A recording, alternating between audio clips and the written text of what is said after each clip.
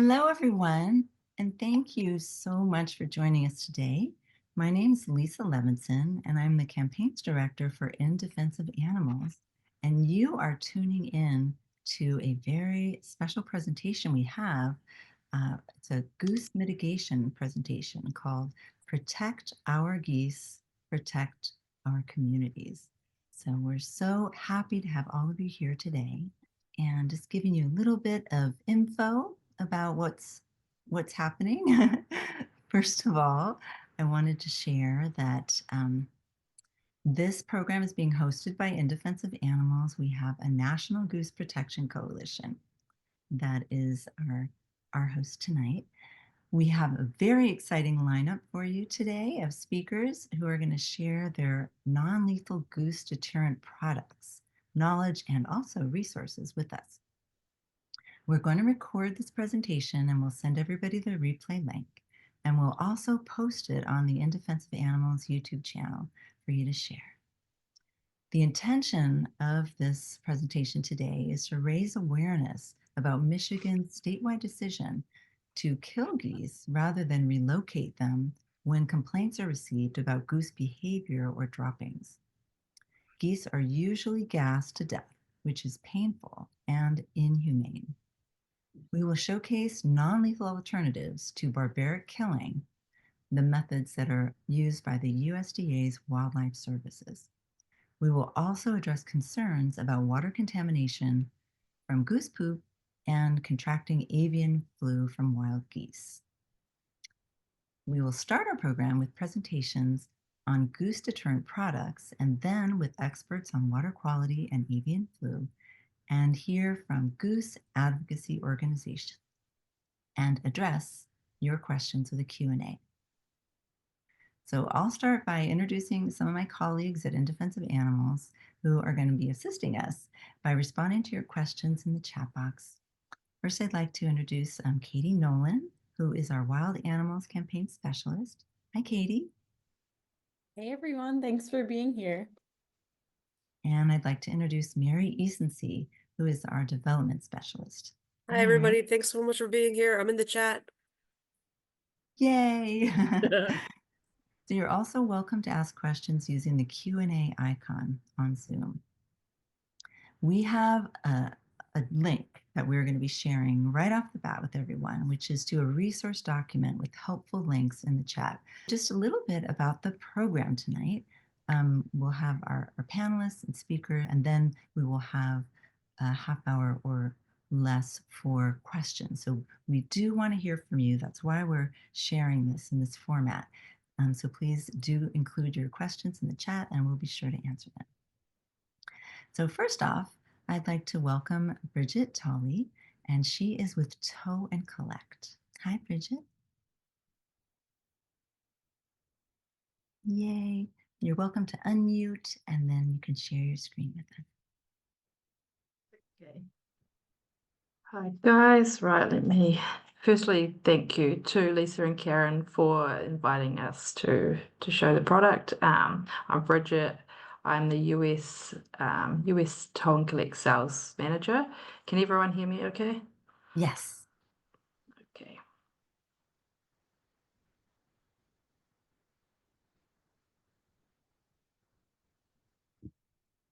Share this. Yeah. Okay, so our product, it basically is a machine.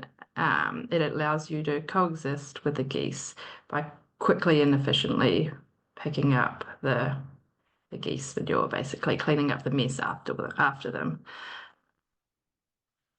See if I can get this video to play here to give you a little overview before I speak.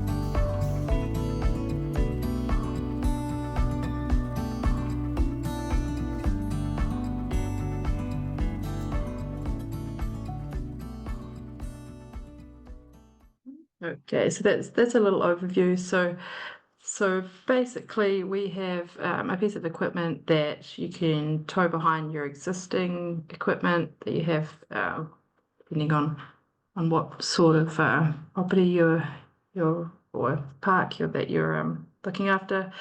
And it's a pretty simple machine. It works similar to a street sweeper, but for the fields or grass areas. So basically has brushes that rotate and flick the goose poop or debris up into the catcher. And then you can see the handle on the side there is an easy widening mechanism that empties the catcher. So that is a little bit of a overview there of what it does. It's pretty simple to use, and staff and even volunteers could use this. So it's ideal for grass areas predominantly, so lakesides and parks where there's water bodies, obviously, where the geese also love to hang out, and you can see why they would want to hang out on this beautiful field and park.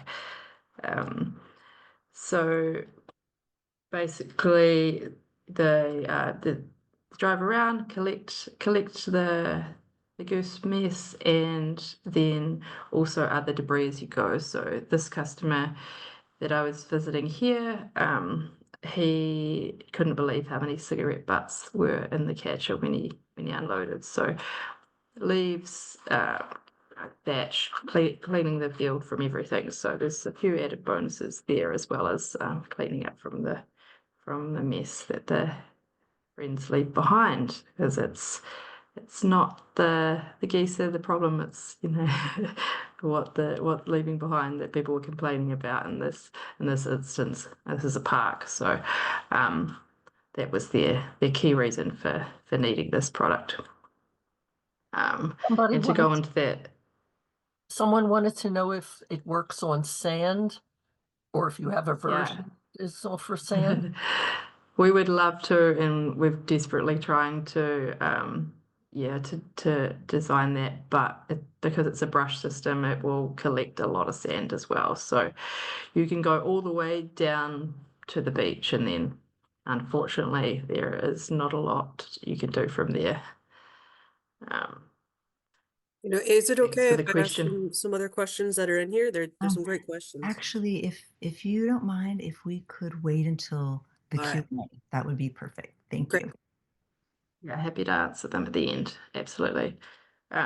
So the customer in those previous photos, you can see it's a park. I can't name them obviously because they are not allowed to promote products, but they the reason they sort out this, apart from I'm not a geese expert, I'm an expert on our products. So apart the other options weren't available to them. And so the reason they sought this out was that they were getting about 25 to 30 complaints in a season, meaning like a summer season, beside the lake, from the public, and obviously that causes a manager a lot of grief when you've got that happening. So they were manually having to pick up the manure every day. It took 2 hours, and they would have either 2 to 4 people every day doing it by hand with a little brake and shovel. So obviously you can imagine staff weren't happy. It was costing a lot. So they after using the machine for 2 seasons, they went from 25 to 30 complaints to 1 complaint the whole time they'd had the machine.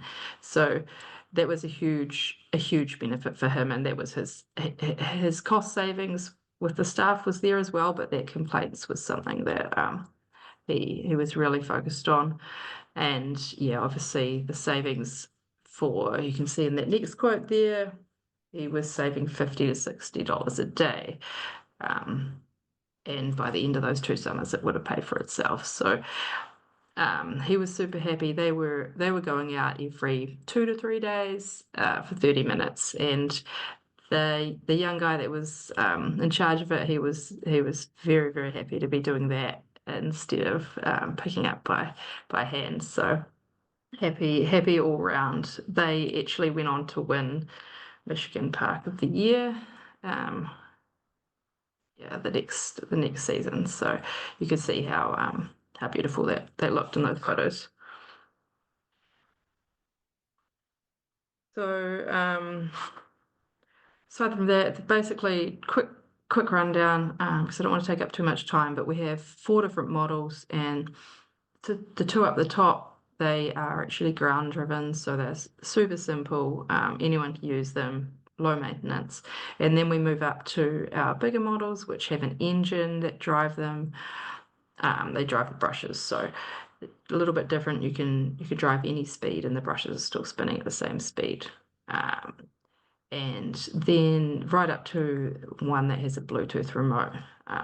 So something for all budgets and all abilities of depending on who you want to use the machine. So that's basically the overview of what we have.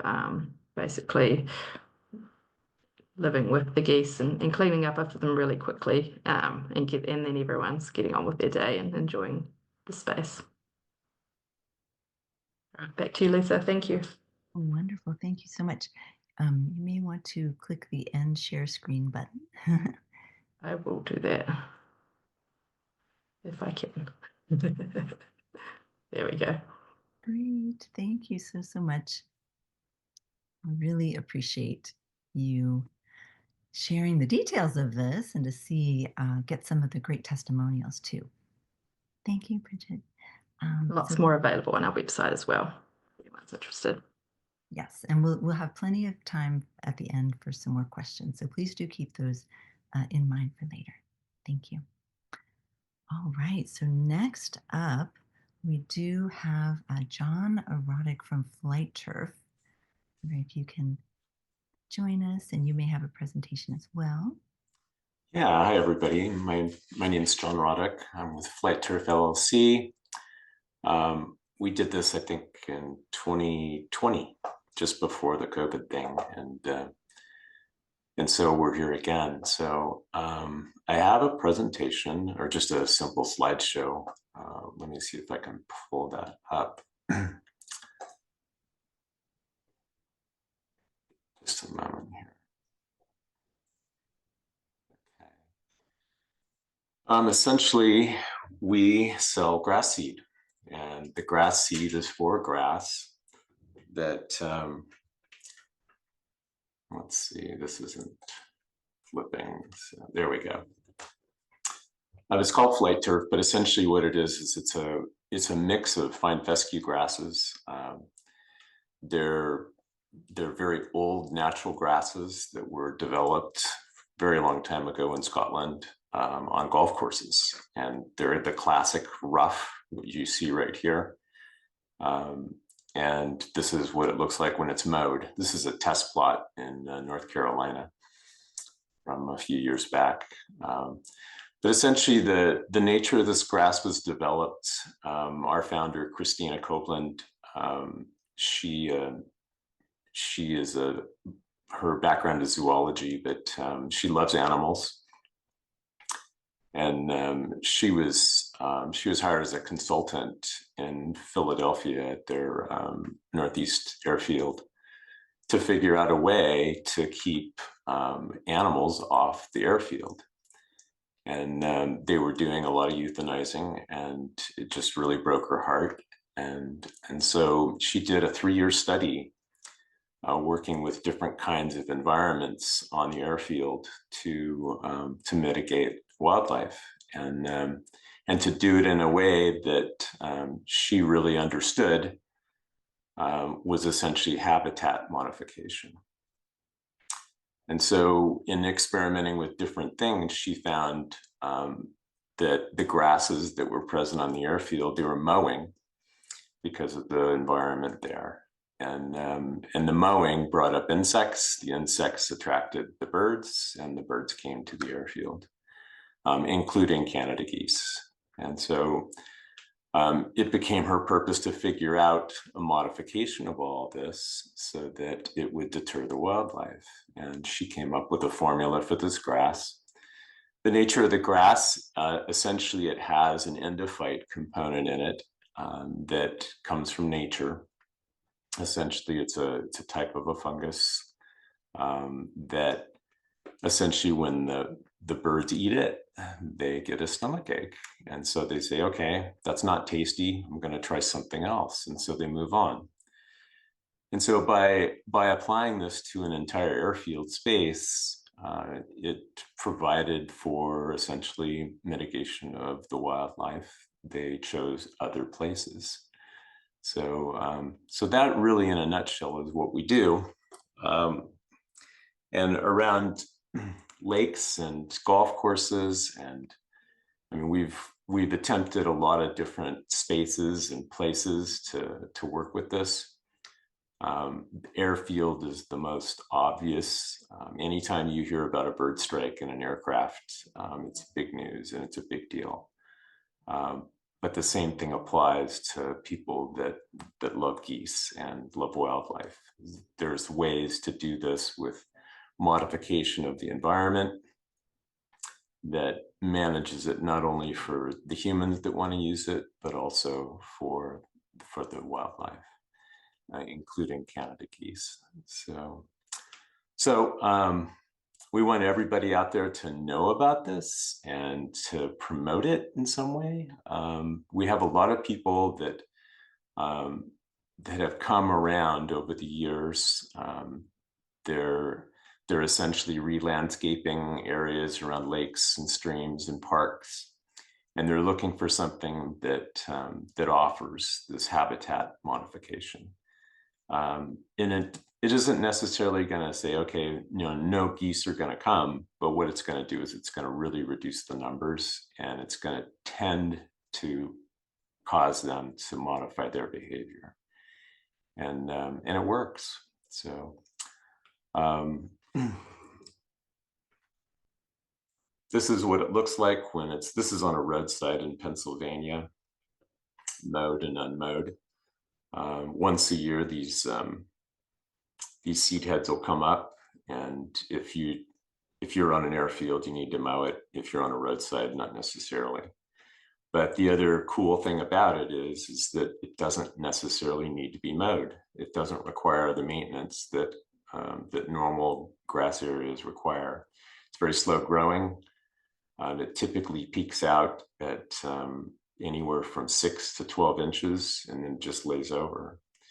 And depending upon, like a rough area on a golf course isn't necessarily an area that's reasonable to mow. And that's why these grasses are so suitable, and that's why they're used in those areas, because they simply don't need that kind of maintenance.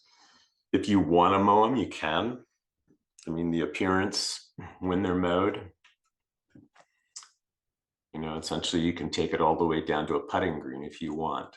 There are golf courses in the US that are 100% fine fescue, and they work out really well. So very very flexible type material to really landscape with.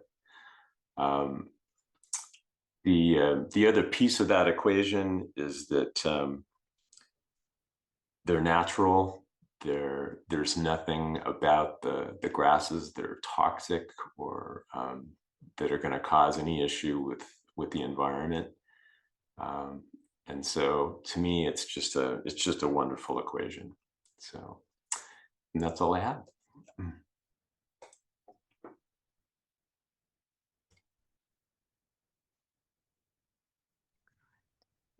Thank you so much, John. This is really wonderful. I really appreciate you going through the details with us, and the pictures are super helpful just to see it. Such a brilliant invention. Yeah, thank you. And then we'll address some questions towards the end. But thank you so much. So wanted to invite up our next speaker. Next we have Paul Rosario, who is the owner of Flock Free. Let's see if we've got Paul here. Go ahead and see.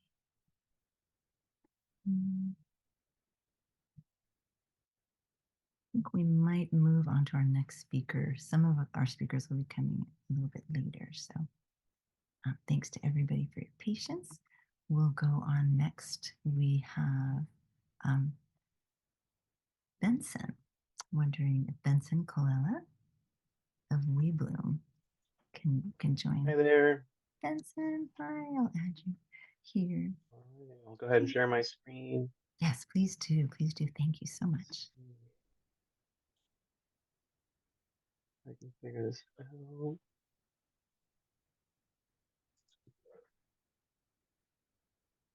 There we go.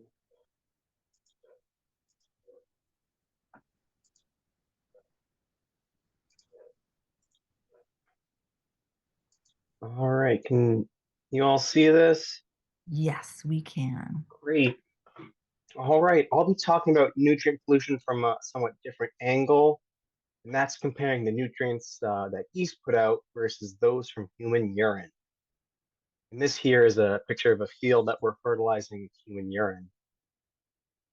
So my name is Benson. I have a master's and a bachelor's in chemical engineering from Worcester Polytechnic Institute.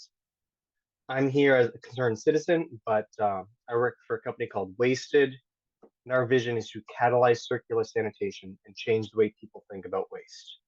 And we're doing that by running a porta potty business, but the catch is that we collect urine from the porta potties and we recycle it as a fertilizer. Some of that fertilizer we give away freely to farms, and some of it we sell. And I previously interned at a place called the Rich Earth Institute, and that's a nonprofit focusing on similar work. So what is pea cycling and why? Well, down here I have a picture of the law of conservation of mass and chemistry. So we eat a lot of food, but our weight doesn't change very much on the day-to-day. So most of those nutrients we consume pass right through us. And urine is only about 1% of the volume of wastewater, but it makes up about 80% of the nitrogen, half the phosphorus, and a little over half the potassium. So as you guys might know, those nutrients in the wrong context can be pollutants, but put to good use, they can be fertilizer. So much so that one person's pea has enough nutrients to grow enough grain for a loaf of bread every single day. So how is pea collected? And I'll be getting to how this relates to geese in a minute. Well, how is pea collected? Wasted collects pea from standing urinals in the porta potties, as well as a conveyor belt toilet in our restroom trailer that collects from both standing and sitting peers. There's some different ways to collect at home. You can actually buy porcelain fixtures now, but here in my apartment, we collect using this this red funnel, this standing urinal called a cubie. And how do we process urine? Well, at home, you don't need to do much to make a fertilizer from pea. You can pretty much use it as it is. And the World Health Organization has put out some guidelines on how to do that. But for our company, we have a two-step process, and that's pasteurization to kill any germs, and then struvite precipitation. So this pulls a phosphorus mineral out of the urine, and that's what we sell under the name We Bloom. So this is a phosphorus-rich fertilizer. You can actually buy powdered pea online. We recommend people use this where their land isn't already phosphorus constrained. So it sounds like there's already too much phosphorus in Michigan, and I'd recommend this more for something like a raised bed or a container in that case. Okay, how does this relate to geese? Well, I'd like to think about whether geese are being blamed for too much. We all know that geese are blamed for nutrient pollution, but I'd like to take a closer look at that. So I'm originally from Massachusetts, and on Cape Cod, Massachusetts, there's a huge problem of nutrient pollution. And that's particularly concerning because the Cape depends a lot on tourism and beaches for its economy. And most of the nutrient pollution there can be attributed to septic systems. And most of that septic system nutrient pollution can be attributed to urine. So we know that urine can be a cause of nutrient pollution. And some towns in the Cape are actually piloting urine diversion studies to take that urine and put it somewhere else where it's not a pollutant. Okay, are geese being blamed for too much? This is just a thought experiment. I'm not pretending to know all the answers. I'd like to put things in perspective and see that maybe more nitrogen is coming from human urine than from geese. So we know nitrogen content of goose poop, its phosphorus content, its moisture content, goose poop production rate, and the population of geese in Michigan. And we can work out from all that about 2,700 pounds of nitrogen comes from goose poop every day in Michigan, and about 400 pounds of phosphorus. Okay, we're going to hold on to those numbers. Well, we know the population of Michigan, the human population, how much a person pees, and the nutrient concentration in urine. And we can work out from those that about 178,000 pounds of nitrogen come from human pee and 11,000 pounds of phosphorus from human pee. That's an order of magnitude greater than the geese produce. But the catch is here that our wastewater treatment facilities are relatively efficient at removing those nutrients.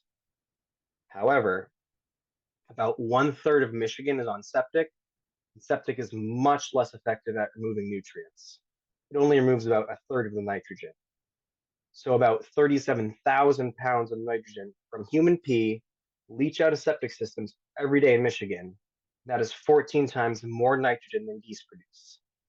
Now, I'm not going to say that geese aren't perhaps local contributors to issues of nutrient pollution, but on the whole, more nitrogen is coming out of human pee into the environment than from geese. And you know a little more to support this, and that's that human digestive bacteria have been found in all of Michigan's rivers. However, it's not just human pee that's the biggest contributor. It's likely farm runoff, and that's a human activity. So whether it's human pee or farms, human activities are the biggest contributors to nutrient pollution in the Great Lakes. And the same is true here in the Champlain Valley. I live in Vermont. And here on Lake Champlain, the beaches close almost every hot day in the summer because of too much phosphorus. Much of that phosphorus comes from farm runoff. So human activities, including the disposal of human pee, are major contributors to nutrient pollution. And by my estimates anyway, human pee contributes more nitrogen on the whole to the environment in Michigan compared to goose poop. So there's nutrients that make pee a pollutant can also make it a good fertilizer. And you can pee cycle at your homes to reintegrate those nutrients into your gardens. Thank you all, and please feel free to reach out with any questions.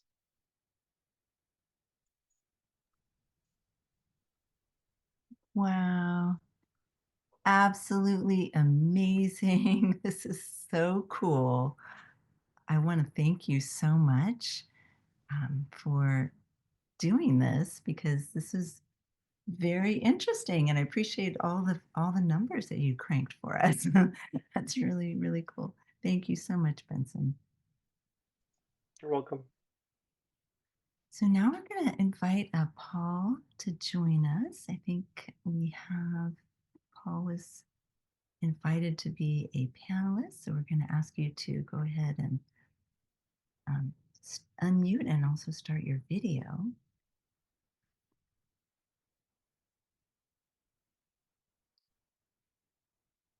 You may see a little invitation for me, and you can click on that.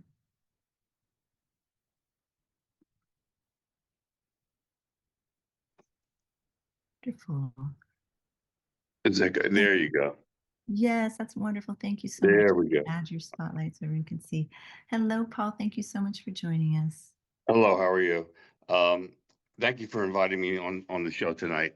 Again, my name is Paul Rosario. I'm co-owner of Flock Free Bird Control.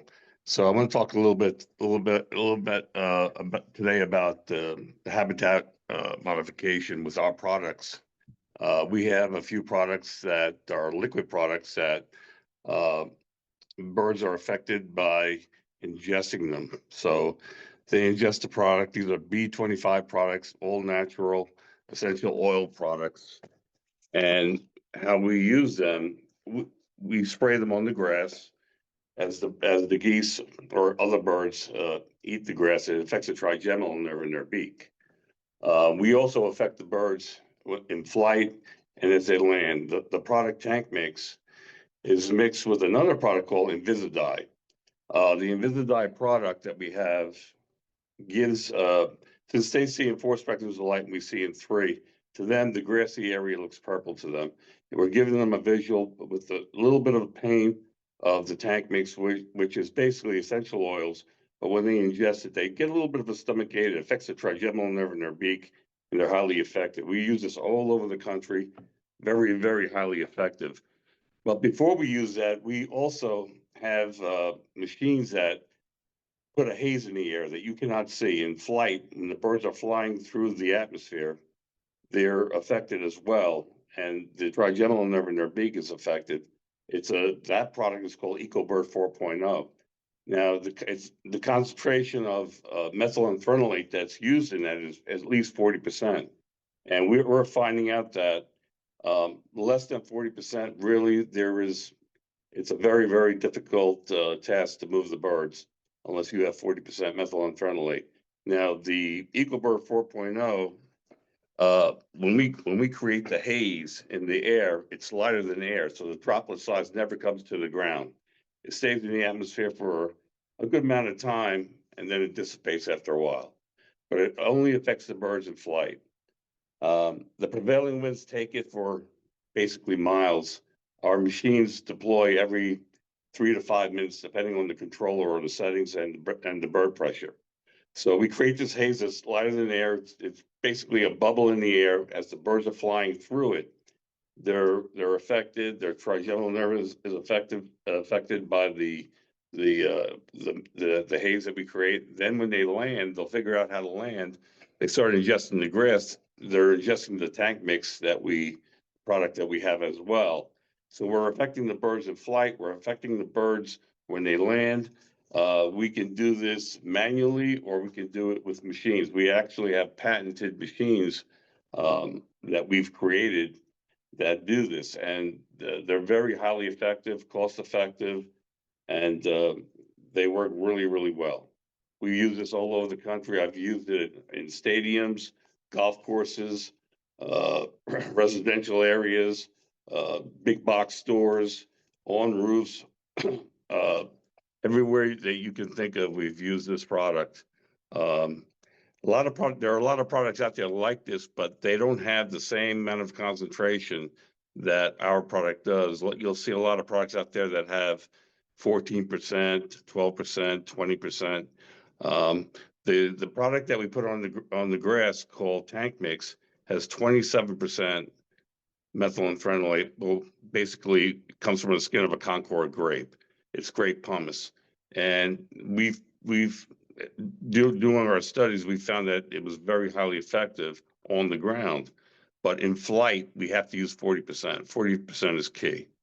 So that's where we are today with our Tank Mix product and our hazing products. You can go to Flock Free one on YouTube. We have animation videos of all our products and how we use them. We have different types of ultrasonic products that we've created with colleges, William and Mary College. I'll give you an example of that. They figured out how to cut into the language of the birds, so the birds cannot communicate with each other. And we cut into that pathway of them talking to each other. Believe it or not, they have a special frequency. What we do is we created a machine that will actually cut into their language. They can't hear each other, so they'll want to move. But that's only one tool that we have. We normally, to move geese, we use multiple tools, and the best tools that we've seen are the Tank Mix and the EcoBird 4.0. The Tank Mix is applied sometimes if the pressure is really, really high, weekly, and then as the birds start to move and the pressure decreases, monthly. The EcoBird 4.0 that we use in our hazing machines. We normally have machines on site, and normally they're going off from 5 in the morning till say 1800 hours or less, depending on the time the birds are there. So that's what I have today. Thank you very much for having me, and I appreciate everyone here. Well, thank you so much. We really, really appreciate you being here, Paul, and I'm glad to hear how effective this is. I'm sure we'll have lots of questions for you, so please do stay with us. All And right, thank you. I know that you've got a lot of business and probably will be getting some more after this as well. I really appreciate you joining us today. Thank you. So, yeah, and so now we're going to be moving into a next section of our speakers, and these will be our um, experts. And we're first up, we've got David Jude, who's a PhD, a limnologist, and fishery biologist with Freshwater Physicians Incorporated. So, hi, David. How are you doing? I'm learning a lot. This is very interesting, and I'll probably take a little bit different track than what we've seen so far. I've spent 40 years at the University of Michigan studying the Great Lakes, and 50 years with freshwater physicians studying Michigan lakes. And what I wanted to do today is sort of discuss nutrient inputs to lakes, since you're concerned about the goose is part of that. And I congratulate Benson on all the things that he talked about, because those are some of the things I want to discuss too. And then I'll talk a little bit about solutions. See if this works. I want to talk about first limiting factors. We talked about the importance of um, phosphorus. And if you go back to your chemistry and remember in high school when you learned about uh, what various things are composed of, you should learn that algae and macrophytes are composed of 40 carbon molecules, 7 nitrogen molecules, and 1 phosphorus. So as limnologists, we're concerned about phosphorus because A, it's rare, and B, we had an analogy with the car manufacturing recently in the pandemic, no chips, no car. So if we can limit phosphorus in the ecosystem, we can reduce the amount of algae growth in lakes, which is one of the concerns we have. So you should also understand stratification, because I'm talking about a thing called internal loading. Right now we got ice on the lake, and it's 0 degrees centigrade or at the surface, and then on the bottom it's 4 degrees centigrade, and that's the heaviest, the most dense condition of water. And then as the ice moves, is removed in the spring as we're going along, it's going to hit 4 degrees centigrade, which is the densest part of water, and it's going to become isothermal. And at that point, all the material that's on the bottom gets mixed into the lake at this point. And then during the summertime, we've got stratification that splits into 3 layers: the surface, the thermocline in the middle, and then cold water in the bottom. And that's where we're concerned about, is that on the bottom, decomposition occurs. And this is a kind of a symbolic representation of that. And then that decomposition results in the production of nutrients such as ammonia and phosphorus. This is a nice depiction of what happens over time. And we talked about the isothermal conditions. So we've got that over here in the fall. So it's the same temperature from the surface to bottom. And then in the spring, which we're happening right now, the temperature is going to start warming up. It becomes hot at the surface, thermocline area here, and then cold on the bottom. But what we're really concerned about is oxygen. And in normal eutrophic lakes in Michigan, you have this sequence of events happens that as time goes on, we talked about decomposition going on the bottom. So you get an anoxic layer down here where decomposition occurs and where the ammonia and phosphorus is being generated. And then when you hit the isothermal conditions in the fall, all of the material is generated there, gets mixed into the lake, and then causes some of the algae bloom that occurs in the next year. So this is called internal loading, as I said. Decomposition on the bottom produces anaerobic conditions, and that material is mixed into the lake. These are some data from a lake I worked on, the amount of ammonia that's produced in the bottom. And as you can see, sometimes these values hit some really high levels, up to 4 parts per million, which is outrageously high. And ammonia, of course, is toxic to other organisms. So not only is it a nutrient, but it's also toxic. So I constructed a couple of budgets on lakes that I worked on, because if you're going to try to deal with phosphorus, you need to know where it's coming from. And I measured some of the inputs, and some I used literature values to estimate them. And I looked at drains, so I measured the input coming in from drains. I measured the waterfall, I counted them out there, used literature values to figure out how much material they were producing. Runoff from lawns, used literature values for septic tanks, and then came up with these budgets. So the first budget I'm going to show you is from a large lake, 370 acres, highly developed, has 4 deep basins. One of them is 100 feet long, and it's on sewers. And as you can see, this is a phosphorus budget, kilograms of phosphorus that was produced over a year. And internal loading was the biggest area of nutrient input for the lake. Then we had things like dry deposition. And then the waterfall down here, we're around 14, 15%. Rainwater in the watershed drains. And so when we're zeroing in on this, some of these are intractable. We can't do anything about them. Others we can. And that's sort of where, I come in, is to try to figure out where these situations are and how much we can do to reduce those inputs. The second budget is another unique a lake. It's on septic tanks, which we had a good discussion of from Benson and others. And it's a small lake, 28 acres, has 92 residences on it, 1 deep basin of 35 feet. And as you might guess, septic tanks accounted for 81% of the phosphorus coming into that lake.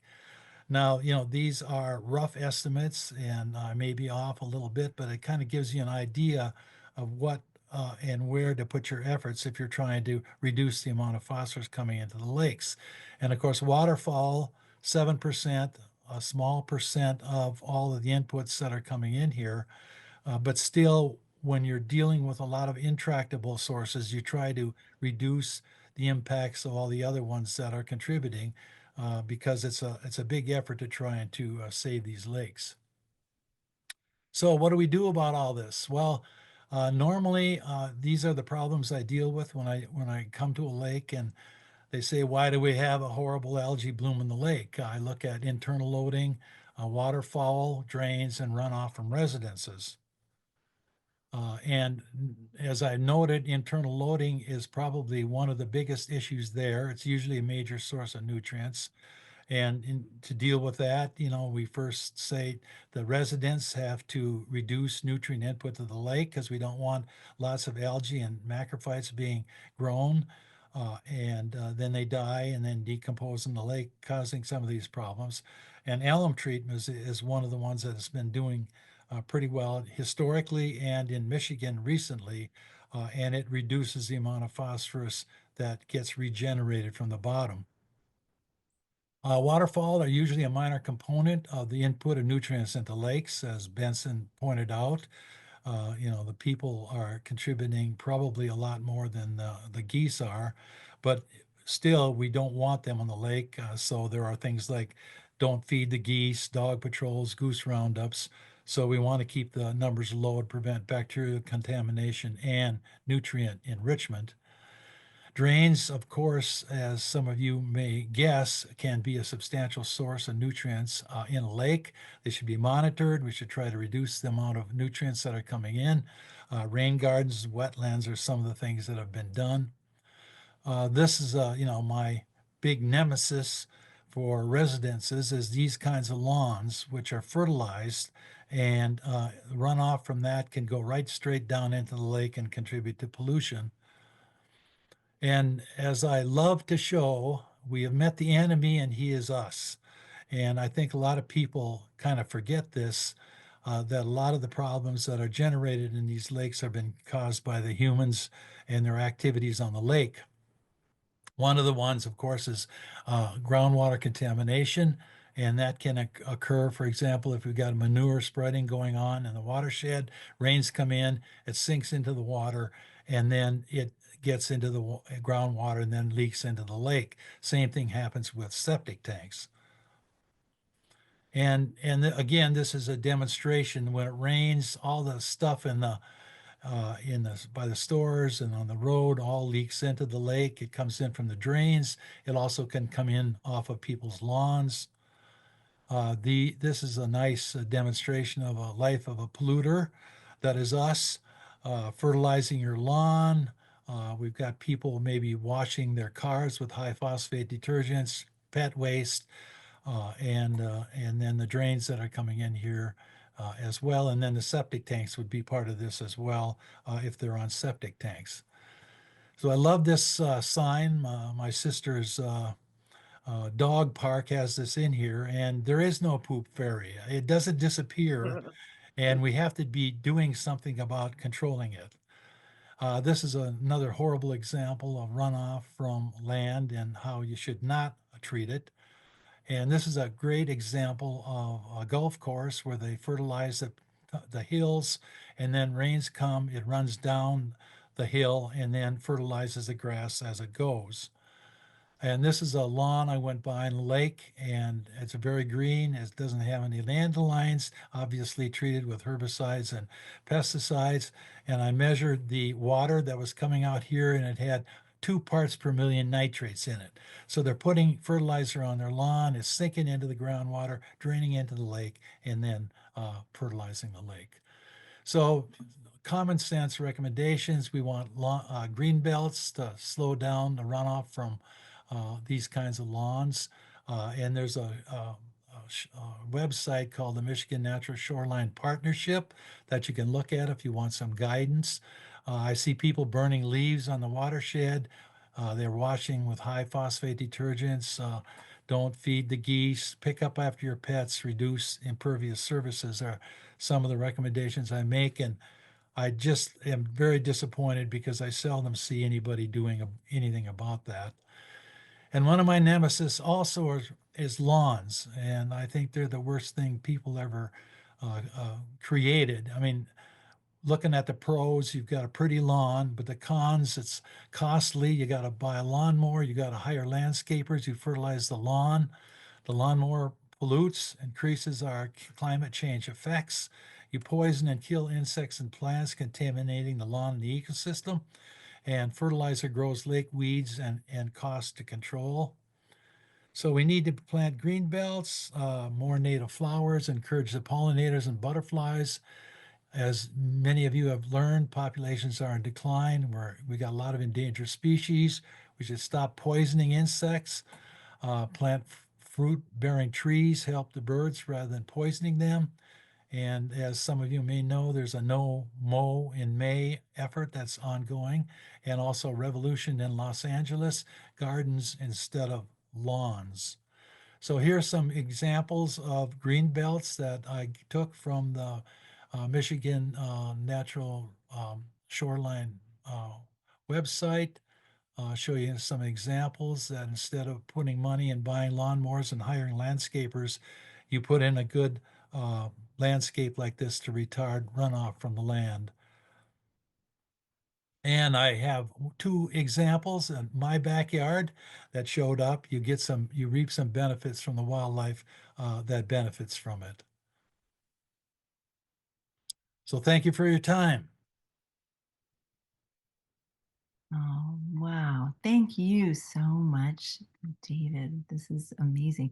Do you want to push the end share screen button and then and then we End screen. Oh, where is that? let's see if I Stop can share? Yes, that's the one. That's the Okay, one. got it. Perfect. Thank you so much. Really, I'm with you 100% on this lawn situation. I know that we've created this perfect salad bar for the geese with these lawns. And so thank you so much for all of this really helpful information that you've shared today and for sharing your expertise with us. People will have questions for you later, so please do stay with us here. And I want to thank you. Thank you so much. So we'll go on to our next speaker, which we have today Eva Rice, who's here as our Director of Avian Research with One More Generation. Hi, Eva. Hi. If we can get you on board with your video and everything. Oh, no, I can't do that. Sorry. Oh, okay. Alrighty. So we'll go ahead and just, yes, you're welcome to share if you'd like to. If you have, I don't know if you have something, a presentation, you're welcome to do that too, or speak to us. We want to hear what you have to say. Oh, okay. Thank you. My name is Eva Reese. I'm with One More Generation. We are based in Fayetteville, Georgia. We are a small wildlife conservation not-for-profit. And essentially, the role that I play there is looking after avian interests and avian conservation. And so what I have attempted to do is try to help in defense of animals with gaining knowledge and gaining understanding and looking for practical strategies to help educate the public to understand that, in fact, wildlife is not really our enemy at all, despite what federal agencies like USDA has communicated to the public and their efforts to remove wildlife and why and how that's done. Many speakers here have already stated that the doing so and the methods in which that's done are really counterproductive, are inhumane and unnecessary because there are many alternatives. Some of the products and services that have been discussed here are great alternatives. Other types of strategies such as mitigation around waterways to plant littoral plants to prevent the geese having so much interest in areas. But of course, what it comes down to is the habitat disturbance and conversion that humans engage in, as some of our previous speakers have said, in order to make our own landscapes more aesthetic or more accessible to us. And it just so happens that in many cases, it works in the favor of attracting waterfowl like geese. So in trying to help the public understand that there is a way to address any concerns that might be had, we need to understand what those concerns are. And sometimes the public gets either questionable or wrong information from various sources. So we like to try to correct that any misunderstandings or miscommunications if we can. And then also encourage the public to be stakeholders so that they can also very clearly set ground rules for ourselves as humans, what we will not do, such as if we don't wish to have as many geese, then we need to be very good about not feeding geese as well, and also enforce that to achieve goals which are humane for the wildlife, but also is practicable for the human residents and people who are living there as well. So we hope to bring an idea of balance, tolerance, but also positive strategies instead of inhumane or negative strategies, which have been debunked and shown not to work or be excessively inhumane without really good result. So that's essentially what my role is here. This is what we try to do. What I would like to do is, if there are any questions that I can answer that Lisa or the other panel moderators would like to present, I can try to answer those at this time. I don't have a formal presentation. I was essentially an ad hoc speaker that can add information in and fill in some gaps. So that's essentially what I kind of thought my role was here tonight, and I'm happy to do for everyone. So if there's a specific question or specific topic, just let me know. Sure. Well, Eva, what we'll do is we'll have you during the Q&A, you can answer some of the questions that come up there. We know you're super helpful with all the questions during our National Goose Protection Coalition meetings, and I want to thank you for joining us tonight. So we're going to have our next speaker will be Crystal Heath. She is a veterinarian and she will be joining us this evening as a speaker. So we're so thrilled to have you here, Crystal. Hi, thanks so much for having me. Can you hear me okay?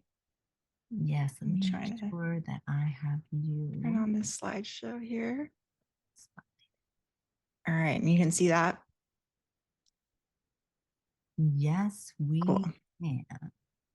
All right. So in veterinary medicine, let me just turn this on here. In veterinary medicine, we practice the concept of One Health, the idea that human, animal, plant, and environmental health are all interconnected. And experts in the field of human medicine, public health, environmental science, and veterinary medicine all need to work together to protect the best interests of other species. If you harm one species of plant, animal, or the environment, we're all affected. But currently, government policy isn't in alignment with this concept. And we are in the middle of an unprecedented multi-species avian influenza outbreak. Some say that the way to stop the spread of the virus is to kill off wild bird populations in order to protect animal-based protein production and human health. This graphic shows how avian influenza viruses from wildlife can spill over onto animal-based protein production facilities through their biosecurity vulnerabilities. But it's these industrial animal facilities that also create the perfect environment for viruses to mutate. They house thousands of highly stressed, genetically similar animals in close proximity to humans that creates the perfect environment for these viruses to evolve, jump species to humans, and create a virus of pandemic potential. And these new highly pathogenic avian influenza viruses also jump back into wildlife populations from animal-based protein production facilities. Wild animals then unwittingly spread the virus. So is the answer to kill all the wild animals? Well, we've already been doing that, both purposefully and inadvertently. 60% of the biomass on Earth is farmed animals. Only 4% are wild animals. Of birds, 70% are farmed poultry, only 30% are wild birds. And we have lost 83% of wild mammals and 50% of our plant species. Is this the type of world that we want to create? Since the beginning of the avian influenza outbreak in 2022, we've exterminated 166 million commercially raised birds in response to avian influenza. And in Michigan, we've exterminated 7.2 million commercially raised birds. This is threatening our food security. We are seeing empty grocery store egg shelves. In the last month, more than 21.2 million egg-laying hens, around 7% of the national flock, have been exterminated due to avian influenza. Around 10% of all egg-laying hens in the US have been exterminated in just the past 3 months. And now 978 dairy herds have been infected, with 31 of those herds in Michigan. But only a few wild birds in Michigan have been infected. And they say we need to exterminate birds in order to protect human health. But is that just a deflection? There have been 70 human cases of H5N1 avian influenza in the United States. 41 of those cases are from dairy workers, and 24 come from poultry facilities. 2 have come from exposure related to other animals, such as backyard flocks, wild birds, or other mammals. And in 3 cases, the exposure source was not able to be identified. This photo I took last week at a site that depopulated 2 million birds back in November. These workers are still cleaning up the site, and they were found not to be wearing masks in violation of OSHA guidelines. Avian influenza remains on surfaces for 120 days after an outbreak. This photo I took at one dairy suspected of having bird flu in California. You can see the massive numbers of wild starlings at the property who are attracted by the cow feed. It's impossible to maintain biosecurity on these dairies. They are open, wildlife can freely roam in and out of them. So is the answer to simply kill all of these wildlife that can roam in and out of this facility? I was interviewed by Catherine Eban of Vanity Fair for this article. And throughout this outbreak, the public are reassured by the USDA and other agencies that the risk to the public is low. Don't worry, the meat and the milk and the eggs are safe. And Eric Diebel of the USDA repeated to scientific experts with the USDA Secretary Tom Vilsack had said that the virus was just going to burn itself out. This key quote from the article explains why we are so quick to deflect attention away from the real issue. They say the vets who sounded the alarm have been silenced, some even fired, and won't discuss their experiences on the record for fear of reprisals. And the federal agency that was supposed to help thwart the virus instead has allowed for an unspoken don't test, don't tell policy among dairy farmers. The USDA's inaction, critics say, is attributable to its dual and sometimes conflicting mandates. It is responsible for the health and safety of the nation's food animals, but it is also in charge of promoting and protecting America's $174 billion agriculture trade. And sick cows with documented cases of a virus never before seen in cattle herds could be very bad for business. So the industry has an interest in deflecting attention away from their method of protein production onto wild animals who lack the multi-billion-dollar budgets to elevate their plight. These corporations have the power and the resources to lobby government to bail them out when their intensively confined animals need to be exterminated to stop the spread of avian influenza. And we collected data on these top bailout recipients, the biggest being Jennie-O Turkey Store, who received $120 million. The second was Herbert's Poultry Ranch with $89 million, and fourth was Cal-Maine Foods with $44 million. Taxpayers were forced to give these companies our money, whether we buy their products or not, all while they are making record profits. Cal-Maine Foods stock has more than doubled over the past year, and their quarterly sales has skyrocketed 718% with the rise of egg prices. This system of bailouts incentivizes corporations for creating conditions that threaten public health and our food security. And this paper out of the Harvard Chan School of Public Health says these high-density livestock operations can serve as opportune environments for spillovers from wild animals into livestock or as incubators for pandemic influenza strains. Large pig and poultry farms are where the genetic reassortment needed to source pandemic influenza strains may most likely occur. We currently give financial incentives and protections to those in positions of power. It's like this graph on the left with the man at the top, and really it should be corporations at the top, women below him, and species of animals ranked based on their moral concern to us or their economic importance to us. But One Health shows us how all life is interconnected. If we want to protect public health and be able to feed the world, we have to consider the best interests of all beings, not just the ones who have the power and influence to lobby government. And by protecting all species and supporting animal-free methods of protein production, this paper shows we would save $7.3 trillion in production-related health burdens and ecosystem degradation. And even the hunting advocacy organization Ducks Unlimited opposes the killing of wild birds as a means of controlling avian influenza. So if you have any questions, feel free to send me an email at cheath@ourhonor.org. And you can also check out our recent press at ourhonor.org/press. And thank you so much. Wow. Thank you, Crystal. We really, really appreciate your perspective and just to see the bigger picture here of avian flu, where it's generated, how does it relate to wild animals and to geese, and also to the animals, our domestic livestock and animals that that many people consume, and to understand all of these connections. Thank you. And just wanted to, and Crystal will be available to answer questions later. And so we will move to our next speaker. And we are actually going to transition from our experts into our organizations. So the next person I'd like to invite up to speak is Carol Woodall, who is with Canada Geese Protection Colorado. Hi, Carol. Let's see if we can get you Okay, going here. I'm going to share.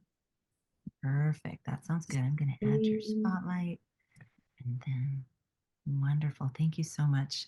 So Carol Woodall is with the Canada Geese Protection Colorado is their avid member organization to our National Goose Protection Coalition. So we've been working together for years. Thank you so much, Carol. Sorry, I need to just start the slideshow and then I'm good to go. Sounds great. No, I think that's okay. Okay, first of all, I want to thank In Defense of Animals for actually putting together and organizing this event. And is everyone seeing the slideshow? We are seeing you, not quite yet. We're not seeing the slideshow quite yet. Okay. Could be a little lag time for it to populate. There we go. Okay, that's a relief. Okay, so yes, I was having a little bit of a problem, just like David was, but not with the audio, with the video. Anyway, I want to first thank Lisa and In Defense of Animals for organizing this event. And I also want to say that I have learned so much by listening to all of the experts in terms of the kinds of methods that might be employed, as well as just gaining more information. So in terms of how I'm situated in this, in terms of full transparency, I happen to be a historian. I teach at the University of Colorado, Colorado Springs. So that's one hat that I wear. And then I wear this other hat, which was a rather unexpected hat. And that is, I found myself becoming a Canada Goose advocate. And so in 2019, this is when Denver, so I'm going to be speaking from what we ended up doing as an organization that found ourselves actually having to confront a Canada Geese lethal roundup that took place in 2019, in which 1,662 geese were killed that year. And in 2020, 517 geese were killed. So I try to think from the standpoint of how do we as activists, community members who are not necessarily experts, how do we take the information that the experts provide and try to utilize that to establish more effective conversations with various individuals and stakeholders, individuals who actually end up making decisions. So I wanted to highlight that what we actually focus in on is how can Canada Geese Protection Colorado, as a grassroots direct action organization, advocate for transparent, accountable, and equitable processes of public engagement, going back to something that Eva said, that it's so important that the public be understood as having a voice, even though sometimes it feels as though we don't necessarily have a voice. And how can that public engagement be about wildlife and with municipal and state officials and agencies, or local, in terms of registered neighborhood organizations. So I just want to throw out a definition of transparency that I find to be really useful in terms of individuals who happen to not be in the decision-making positions. And that is, how do we understand transparency? And transparency establishes process, and process is important for people who do not have power. So how do we as a public and public advocates start to establish a position of power vis-a-vis other entities? So I'm just going to go over some of the things that we ended up doing. This might be repeat for some members and community members in Michigan, but maybe there might be elements that you haven't thought about. So please take this from a standpoint of just sharing information. One thing is, what we're doing as activists is trying to work against the stigma. And what is one of the stigmas is the ways in which animal activists are perceived as emotional, not rational. And so in terms of my position vis-a-vis communicating with various municipal and state officials, I was always very conscious in terms of how I was presenting information, not to reiterate a sense of an emotional activist. This ends up becoming really important in order to take all of the information that all of these specialists have actually presented us with to start countering narratives. The one thing to keep in mind that I think is really, really important is that when we're focusing in on change, that change can be understood as immediate. And sometimes that immediate change is because the media has gotten involved. Or it can also be incremental. And why incremental is important is where we end up positioning ourselves in terms of speaking. And I'll sort of speak to that or mention it really briefly in a minute. So as a historian, and when I started to gather this, like pretty much I can honestly say I started to nerd out because of all the various documents that were actually involved. And so I focused in on this notion of you want to gather, you want to assemble, and then you want to start documenting, because that helps to establish not only transparency, but accountability. So gather the various kinds of documents. You have FOIA, you have open records, all of that becomes the basis of how do you start to establish different kinds of discussions with different kinds of even community members. Then you want to start seeing in terms of the various kinds of contracts that might be overseeing whatever kind of context you happen to be facing, be it at the level of a registered neighborhood organization, an HOA, or what we were having to deal with, the city of Denver, as well as the parks, Denver Parks and Recs. So some of these contracts included cooperative service agreements, vendor contracts in terms of where the geese were actually being taken to, environmental assessments, the National Environment Policy Act, depredation permits, and also making sure that we understood any kinds of legal actions that were taking place. And in our case, we had the Animal Legal Defense Fund that filed suit against the city, as well as USDA and the Friends of Animals. Another element that I have found to be really, really important is to start to really establish a chronology in terms of actions that have been made over time. Also sort of isolating out who the stakeholders are in terms of the decision makers. Then we want to see like a larger context, and the larger context is a national backdrop in terms of what's actually taking place, because that helps to inform how we want to address what is taking place at the local level.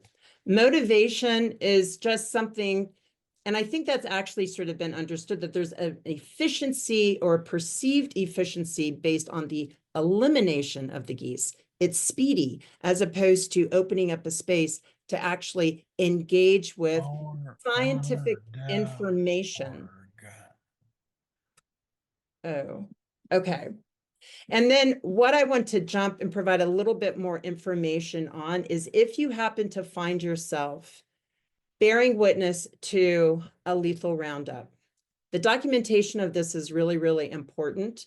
The more people you have, it lessens the intimidation factor.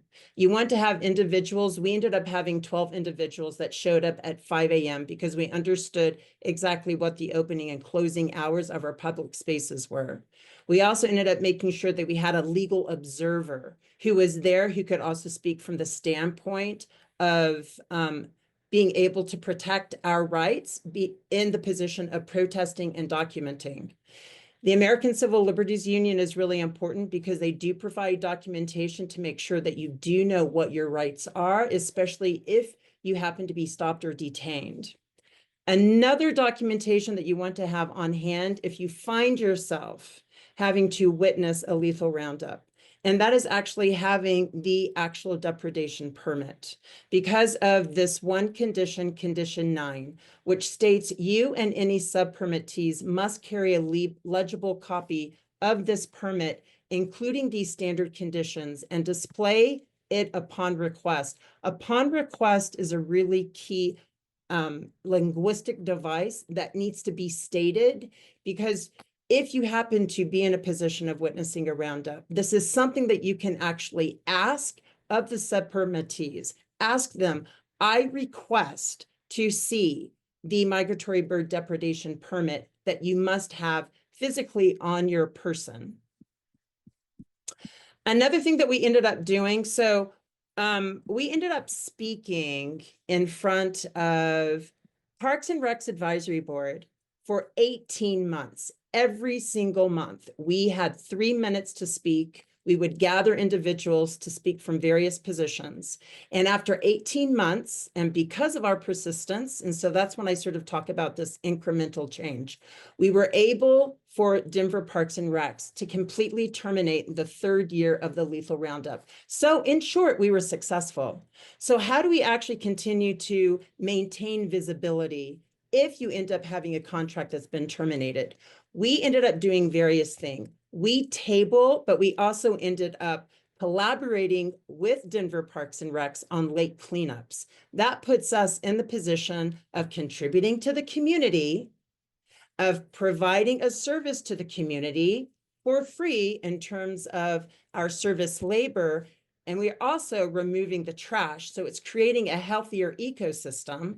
We're bringing individuals into the space of looking at our waterfowl and our geese from a different perspective. And thus far, this past year, we were actually recognized by the city. The group that ended up going from being the most vocal in terms of trying to make sure that Denver was actually making sure that they did become transparent, accountable, and were in conversation with us. So if you have any questions moving forward, I love to think about how we can articulate and use our voices to the most effective means possible. And also at the same time, introduce all of this fantastic information that our experts have provided us. So thank you.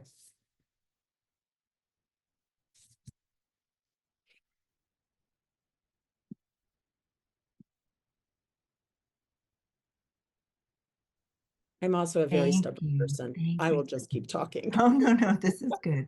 Thank you very, very much. Really appreciate this presentation, Carol, and also the importance of transparency and communication and all of the legwork that you did together with your advocacy organization. And this is part of the picture here. We're trying to protect the geese and also protect our communities. So thank you very much. We are going to move on, and we'll have Carol available for questions a little bit later. And I'm next up. So I'll go ahead. I'm going to do a brief presentation on our National Goose Protection Coalition, which has been working with all of these wonderful people. So let me first make sure that I am ready for all of you. I'm going to go ahead and share my screen. I'll do the honors here, and I do have a little tiny video to also share with you. I'll go ahead and send.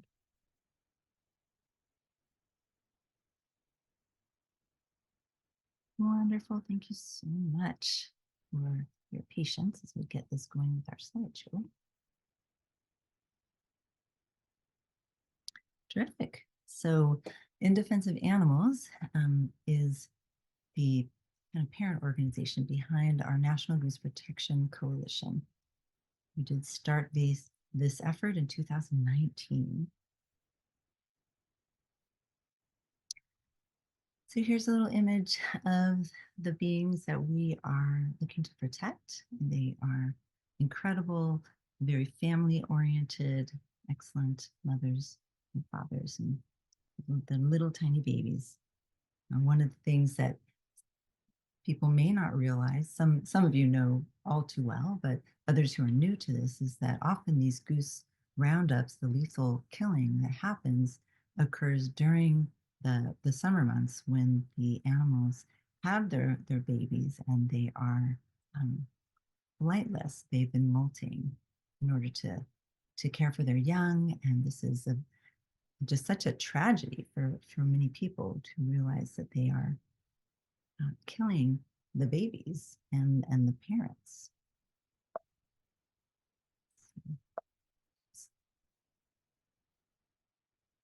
So we started this National Goose Protection Coalition, and we are a coalition of individuals, but also of member organizations, just like Canada Geese Protection Colorado. We also work with the Animal Protection League of New Jersey.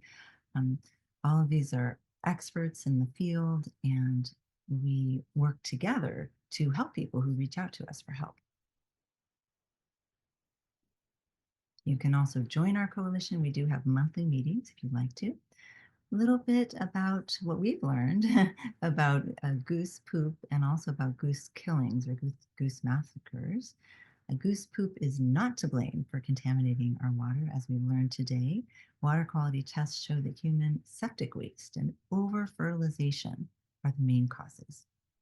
Most food pantries won't accept the toxic goose flesh, even though that is often used as an excuse for killing geese. Goose poop complaints can be remedied with a cleanup program, and we saw from our tow and collect how simple that can be. Goose roundups are traumatic and painful. The geese, they fly at high altitudes, and when they are subjected to the carbon monoxide poisoning, they often suffer for up to 45 minutes in the gas chamber, flopping around and in extreme pain. So it's definitely not humane. Let me go back there for just a moment. Roundups also must be repeated each year because they don't work. New geese replace those geese that were slaughtered in just a few weeks, wasting money and also precious lives. Non-lethal measures are truly the most effective. So here's a little bit of an image of what it looks like when you have a roundup. This was, I believe, in New York. And here we have a little, very brief video to share with you.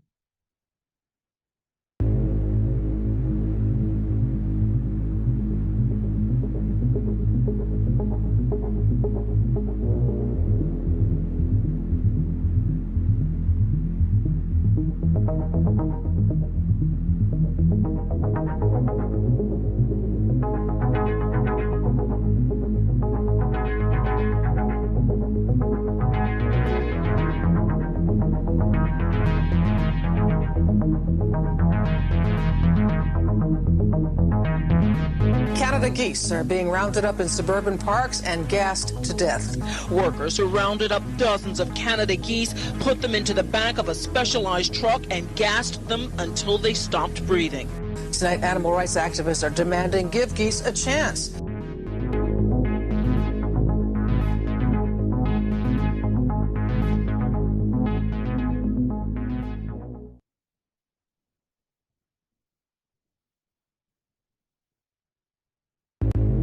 That's a little bit of what it looks like when you see the roundup, all the different parts of it, chasing the geese, corralling them, and then eventually putting them into this mobile gas chamber.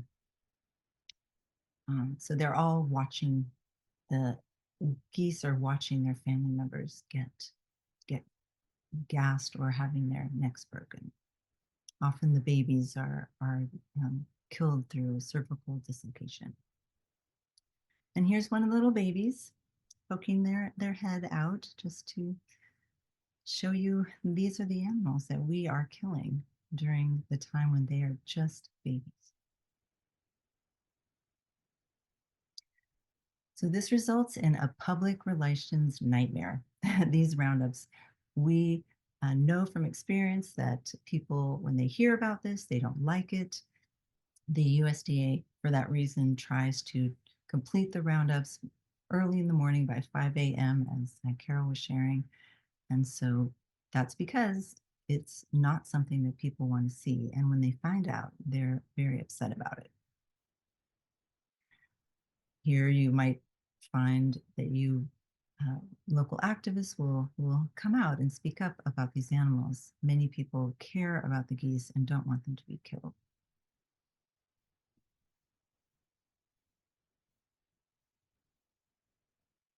Even some local celebrities, you may remember Patch Adams. There was a movie about him, and I believe Robin Williams played his character. And this is Patch. He's there with his goose hat on. He is an avid goose advocate. And when he learned about this, he got his whole community there in Urbana to oppose a Roundup happening there. So some of the non-lethal methods that are effective are, first of all, coexisting with Canada geese. They are native animals. To create and direct geese towards a tolerance zone, to plant riparian buffers, which not only beautify the area, but they also deter geese.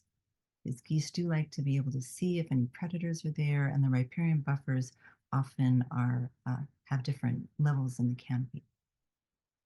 To apply the deterrents such as flock-free to lawns, and we heard from flock-free Paul Rosario today. Also planting flight turf, native grasses, seed to deter geese and also deer. We heard from John Roddick, who shared about that. Also, they can be fed contraceptives such as Ovocontrol G, which is specifically designed for geese.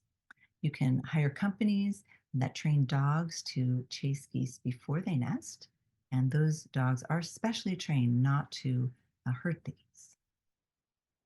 You can also consult with companies that train geese. There's a gentleman who trains them to listen to a whistle, and his company is called Geese Busters. You can also implement an egg addling or nest destruction program and combine one or more of these measures. So here's some photographs from the Animal Protection and Rescue League of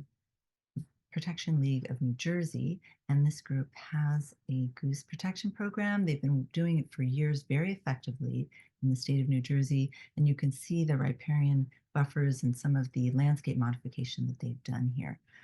The one on the left is before, the one on the right is after, and this type of area on the right is less likely to have geese. Again, sometimes it offers a beautification as well with all sorts of different layers in the canopy, which you're seeing. So thank you so much for tuning in to all of our presentations here today. Really appreciate you doing that. And if we have John, if he joins us, he can tune in and share something. And if not, we are going to move on to here to our Q&A section, where we'll also be hearing from some goose advocates.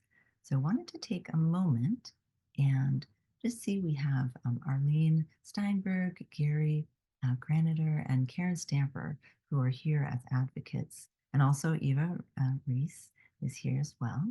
So I'd like to see if we have some of these questions that we can get to, and our advocates can also help to answer them. I thought it might be nice if you're willing to have just the advocates maybe introduce themselves, so we'll know who you are. So why don't we start with Arlene, just a little brief introduction with you, and then we'll have Karen, and Karen also has some really helpful resources to share, and Gary. So if you don't mind. I've been working on this issue for probably the last 20 years. Like most people, I didn't know about this until I either read an article or found out about a roundup going on. And once you find out about this stuff, your life is forever changed. I also was working on a related issue with swans. And that's a whole other thing. But waterfowl in general just is under attack for various reasons. So I wanted to do what I could do. I'm self-educated. I put together the original material that started the basis of what we now have expanded on way better. But I started going around reaching out to any place that I read about that was having a goose problem, saying, hey, there's other things you can do, because clearly killing them, you have to kill every year. It's not working. So I started with a protest in New Jersey. I'm in Philadelphia, right over the bridge. And that was the start of it. Now I'm here to help. So Wonderful. Thank you so much, Arlene. Really appreciate that, and appreciate all you do. we are going to I'd like to see if Gary, do you want to join us here? I'm going to add your spotlight there. Yeah, sure. You Yeah. got me there? Yes. Good evening, everybody. No, our nonprofit is Advocates for Michigan Wildlife, and we've been doing it for some years. And we have a website that we're going to launch probably by the end of this March. And basically, what our mission is to provide rational arguments based on science, facts, and principles that support the issues of using non-lethal. And we should have at least 2 position papers on Canada geese by the end of this month. One deals with, actually, in Michigan, there's, after looking at hundreds of 3 research papers that looked at hundreds of research papers on the issue of whether geese actually can be shown to be the cause for disease in humans. All 3 papers over from 2010, 17, and 20 concluded no. There's no factual basis, no science-based factual basis evidence that they're actual transmitters of diseases to humans, which in Michigan you're required. It's a statutory mandate that the DNR and the NRC has to use science-based, sound science foundations in the taking of any wildlife, obviously geese. The other one is also going to be on the fact that even though the DNR gives lip service that killing geese should be of last resort, that's not how they do the permit process whatsoever. We tried to influence the folks when they were redoing revising the policy and the procedure and the permit when the NRC last year in October stopped any relocation of geese, which is for the 3 previous years. The DNR had done that already because of the Asian flu, but now the NRC has made it permanent. And basically, even though I sent a brief based on basic principles of science and rationally, argued, they pretty much ignored it, unfortunately. But we'll continue to work on those kind of issues and provide position papers. My background is as a lawyer, and I look at the argument the same way on these position papers, so that folks that are against, let's say, a lake association doing a lethal taking, or a city or township, that there would be a basis that they can present to decision makers to help them convince them not to do it because there's a rational basis not to. That's basically what we do. Thank you. Thank you so much, Gary. That's really very helpful. And some of the resources that you helped put together are in the document that we shared with everybody, the resource documents. They're linked in there. So thank you very much. Really appreciate that. And people may have some questions for you. So we're going to go ahead, and I'd like for Karen, if you don't mind, if we can bring you up here. I'm going to just add you here, and I really need to share with everyone that Karen, who's a goose advocate in Michigan, has helped to organize this entire presentation for you, and she is the reason we're doing this presentation. So I want to thank you and give credit where credit is due. Thank you, Karen. Thanks, Lisa. I'm Karen Stamper. I got into this, well, the geese and the swans actually, but I got into it with the geese because I live in Commerce Township, Michigan, and back in like 2008, the DNR came in and they took all the geese off. They rounded up all the geese off of our Commerce Nature Park. And what happened was the condo complex that lives on the nature park said it was their property, and they came in and took all the geese, and it wasn't their property. The DNR doesn't check anything. There's no transparency between them and the USDA. I I wanted to give people an opportunity, like if you have an issue with the DNR, you know, you can do like a FOIA. It's a Freedom of Information Act. You can, you know, do one of those. Not, you might not get the information you want. They may charge you. They've been charging me. And I think Lisa might have the links for those, and also how to get into for the USDA and the DNR. Also, there's for those of you that live on the lakes, and you know that your homeowners association say, oh, there's a site, Eagle, it's EGLE. They have a site, it's called Beach Guard, and that's in the resources as well. I have the directions and everything of how you can get the procedures to get to the actual, like, it's like a spreadsheet, and it'll show you every place in Michigan that's you know, every beach or whatever that's ever closed. It'll tell you what was the major factor in the closure. And when I looked at it, I mean, wildlife was like minimal compared to a lot of it was unknown sources. And when I checked with, I have that's on the information as well. When I spoke to the girl there, she said with Eagle, she said unknown source can be, it can be it's basically a combination of things, because they can't pinpoint exactly if it's the geese or not. It could be, you know, septic fields, a combination of septic fields, dog feces, you know, whatever.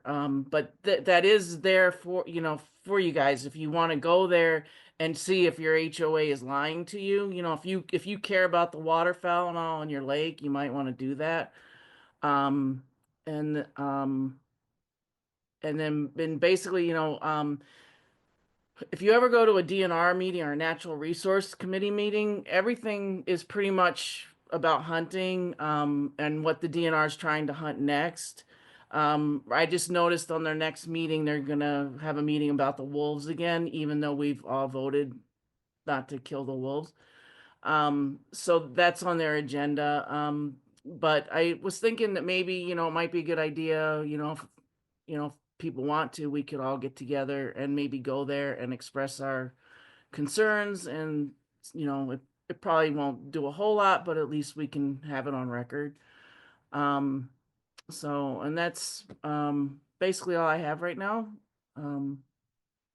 Just, I'm glad everybody came and we got it together, and hopefully we'll do a few more of these. Yes, thank you so much, Karen, for being our inspiration. And also, for those of you who have access to the chat, the documents that Karen shared with us are there. They're also in the resources document itself. So you're welcome to download that. And we will, it's a live document, so we'll be adding new things to it. We'll add the speaker contact information. I just put in Crystal Heath's presentation in there. So we'll make sure we have all the resources that you've been chatting about in the resource document. So it's all in one place for all of you. So I wanted to see, I know we're running a little bit over, but hopefully this has been very interesting for everyone. And if you have any questions, this would be a good time to ask them. We've got all sorts of experts on board who can answer them. I'd like to bring up Mary, and we will have Mary and perhaps Katie help us with some of these questions. If there's any question or two that we can go over. Okay. Is Bridget Tolley still here? I'm here. Awesome. Hi. There are a few questions. I'm just going to go through like as many as I can. The project that you were advertising or telling us about rather, is it the kind that can be attached to a riding mower? It can be, it uses a ball hitch, so anything that has, actually it can also use like the pin as well. So as long as there's, yes, as long as there's something to tow it with, the attachment, and also as long as whatever the manufacturer's specs on your riding mower are for towing capacity, because obviously that could vary. But a lot of our customers do tow it with like a zero turn mower. That's what I thought. Yeah. Another question was, if it were to be towed behind a mulching mower, would it get clogged or filled up with the mulch? Yeah, so our product does pick up everything in its way. So if there was a lot of mulch and not so much of the goose mess, then you would see mostly mulch in there, I'd say, yeah. Yeah. And someone wants to know if it would also help with dog waste in addition to goose waste. Yeah, it does, and I do have customers that use it for that. It Awesome. never sell it for the primary purpose of that, but it's it doesn't smell too good to be cleaning that up. But Yeah. yeah, Thank you so much, Bridget. no problem. Another set of questions is for John Roddick about the awesome grass. If he's here, here he is. I'm Awesome. here. Someone wanted to know if goose waste helps the grass grow that you worked on and created here. Well, our grasses don't require fertilization to Mhm. grow. In some cases, it's actually a negative, but it's not going to really harm the grasses in any way. But it's going to really depend on location. Mhm. If site conditions, if the soil doesn't lend well to grass growth, then it's going to enhance its growth. If the soil conditions already have the nutrients needed, then it's not going to make any difference. Mhm. So, And I'm putting in the website again, flightturf.com, because someone was asking where they can buy it. And yeah, just hit the button. you're good to go. Yeah. Also, people are curious, does it also discourage mosquitoes? That's a great question. The nature of the grass is because of the endophyte components in the grass. We know that it deters insects in general. Oh, okay. And mosquito is an insect, so I would Right. I would expect so. I don't have any research on that, but Right. yeah. So yeah, I would expect so. In theory. Mm-hmm. In theory, it does. Yeah. That's awesome. So thank you so much for that. People are excited that there is not like a toxic component to it that needs to be worried about. So Yeah. awesome product. Thank you for sharing. Thank you. Thanks for having me. You're welcome. So happy to have you. There's 2 questions for our guy Benson. Is he still around? I am. Hello. Hey, did you say you went to WPI? I did. Did you as well? I did. Lovely. Go He's Tech. talking about it in the chat. I went for civil engineering. Okay, so we don't want to go too far off, but there were some people talking about pee deterring animals, and if human pee can deter animals, pretty sure the answer there was there's some historic reasons Maybe, yeah, why. nothing. We've not really looked into that too much. Okay. I don't think it would as much so as like perhaps predator pee, like coyote pee would. But Yeah, I feel you. yeah. There's like some historical kind of reasons why someone would believe that, but I don't know how scientific it is so much as I can't speak much to that. yeah, but cool to find a fellow WPI alumni. Very cool. Thank you so much for presenting. The only Thanks other for one having me. was people wanted copies of the presentation, and I think Lisa's taking care of that. So thank you so much, Benson. Thanks. All right. And is Paul Rosario still around? Yes, I am. Awesome. So good to have you. Thank you. I think the product that you were telling us about is a little complex. So it's kind of hard to like understand all the details because you were talking about the like the nature of geese and their bodies and how they work, and there's like a gland or something, and people were like trying to figure it out and trying to understand because we're not as familiar as you are. So we wanted to understand this oil situation. Someone was asking, does it make them sneeze? Is there bioaccumulation? Someone was asking about the effects on young geese. Let's see. I'm just going through these different ones that That's are okay. here.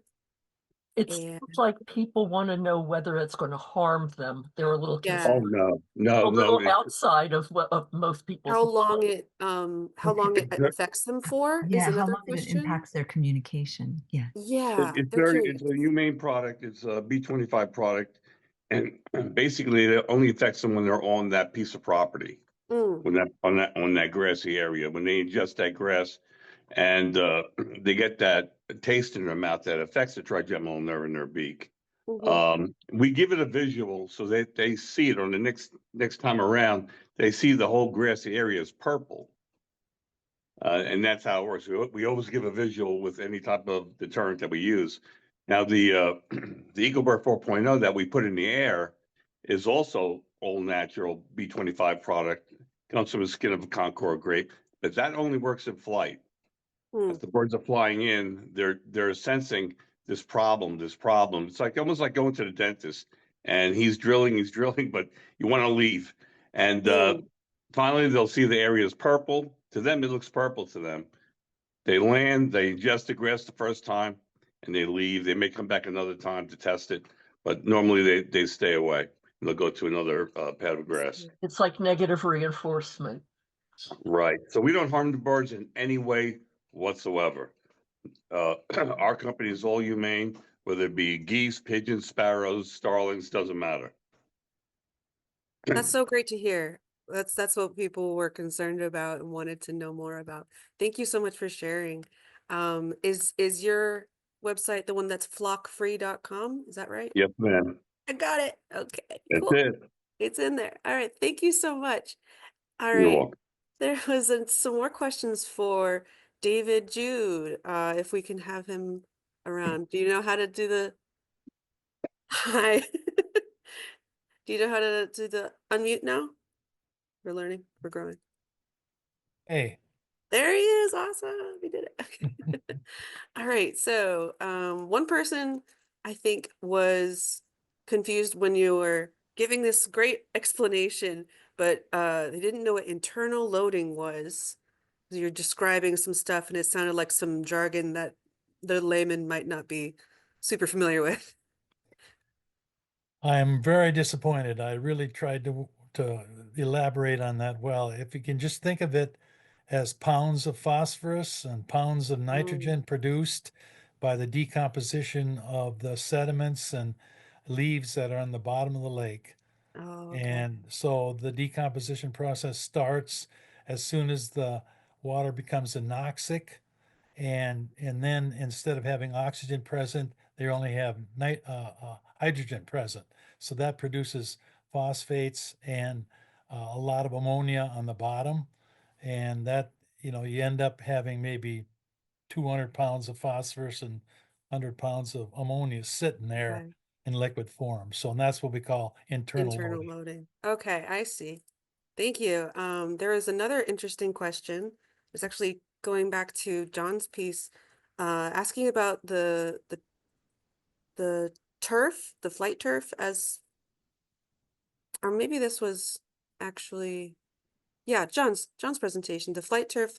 You were talking about being able to put that on the water's edge, and if that makes sense for what you're working on, because you said, John, it doesn't have any toxic properties or anything, so that could be a great product to put near the water's edge.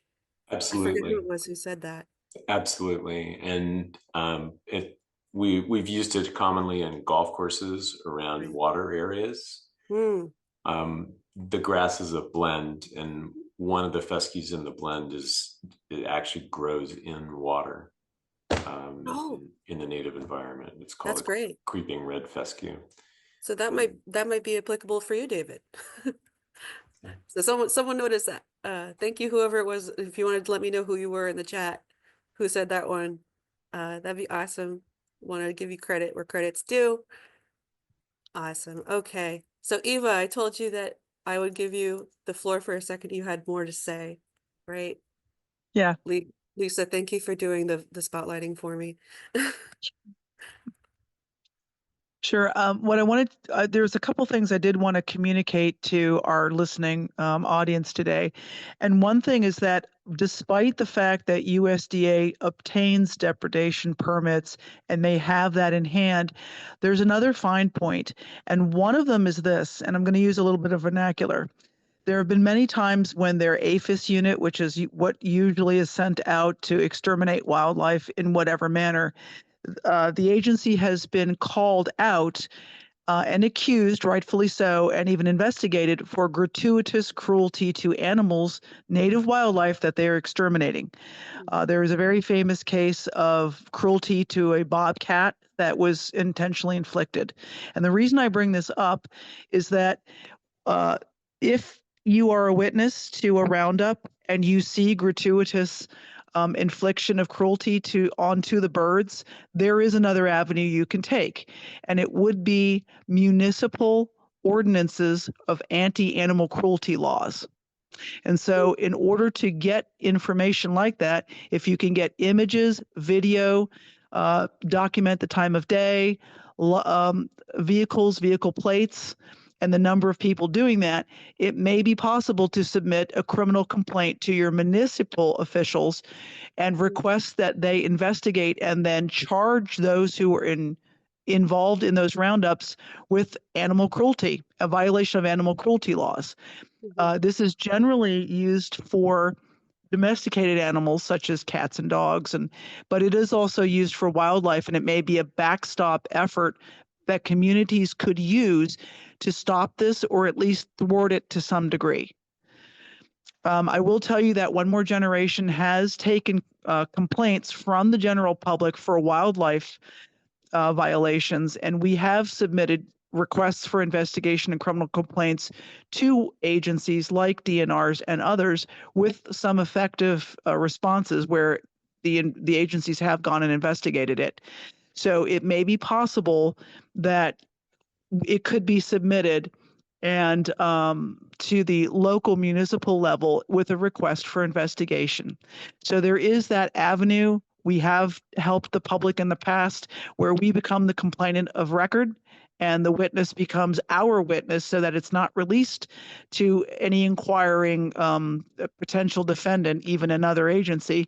It becomes One More Generation as the complaining party, as the complainant of record, so it would shield the witness who got it. Now, it may be that after time and the evidence submitted is seen, they may figure out who did that, but we become the complainant of record, so that would shield a witness concerned about retaliation, for example.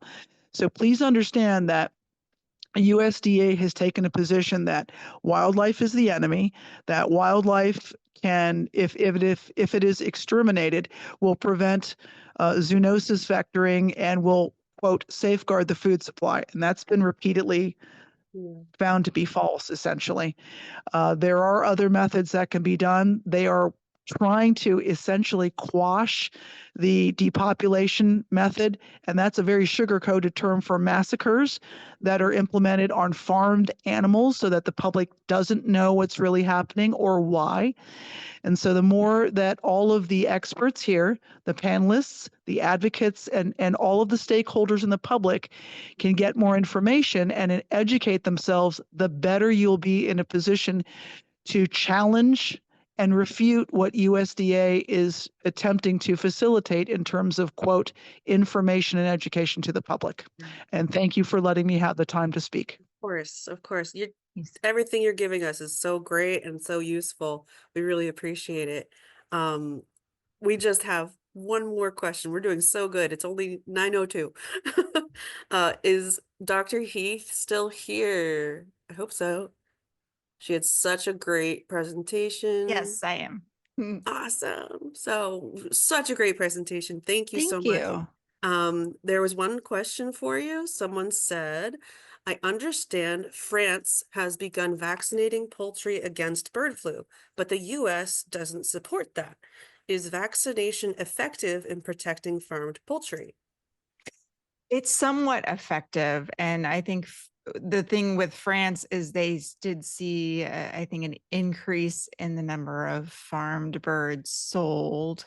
The reason that the US isn't vaccinating is because our export, the places we export to will not accept birds who are vaccinated, or imports from countries that do vaccinate. And there's a variety of reasons for this. It makes surveillance of disease a lot more difficult. It's still, up in the air about, would this then perpetuate, would this make the virus evolve more, kind of go unsurveilled? How much would it decrease the number of birds that die on farms in these facilities if they're vaccinated? We still don't know that really. Would it mean that we don't depopulate birds anymore when there's a facility that's infected? We're still not quite sure if that's the case.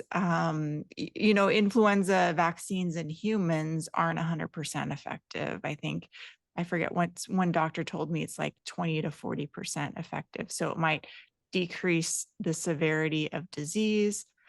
But I think, these vaccines just sort of prevent the inevitable. The virus is going to mutate. We're still creating conditions that accelerate virus mutation when you have thousands of genetically similar animals packed into these areas, these high stress environments in close proximity to humans.